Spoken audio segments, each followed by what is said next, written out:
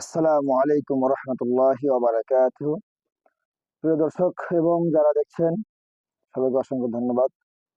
আমরা বর্তমান দেশ সম্পর্কে সবাই অবগত আছি। তো আমি আপনাদেরকে একটি কথা এবং নবীজি সাল্লাল্লাহু আলাইহি সাল্লামের সেই হাদিস স্মরণ করিয়ে দিতে চাই সবাইকে, এটি সবার জন্য, যারা আজকে জুলুমের শিকার তাদের জন্য এবং যারা আজকে জুলুম করছেন তাদের জন্য। আল্লাহ রসুল সাল্লাল্লাহু আলাইহি সাল্লাম বলেছেন, উনসুর আখাকা যালিমান আও মাজলুমান।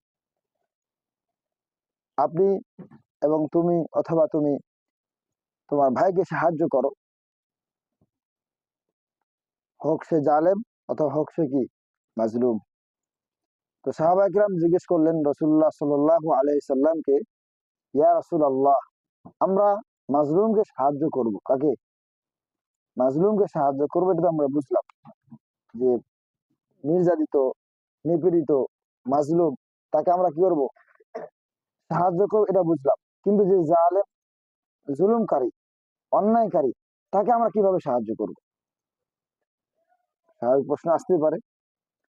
তো আল্লাহ রসুল সাল্লাল্লাহু আলাইহি ওয়াসাল্লাম বললেন যে তাকে তার অন্যায় করা থেকে, জুলুম করা থেকে কি করা?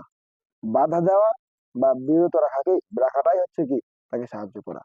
কেউ যদি জুলুম করে, অন্যায় করে এবং এবং কি বলে এটাকে, আহ কারো প্রতি অন্যায়ভাবে অবিচার করে, তাকে তার এই কাজ থেকে বাধা দেওয়া, বিরত রাখাই হচ্ছে কি তাকে সাহায্য করা।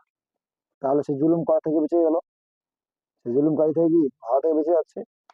তো ঠিক তেমনি হয় বর্তমান এই হাদিসের আমল বর্তমান প্রেক্ষাপটে এসে গিয়েছে।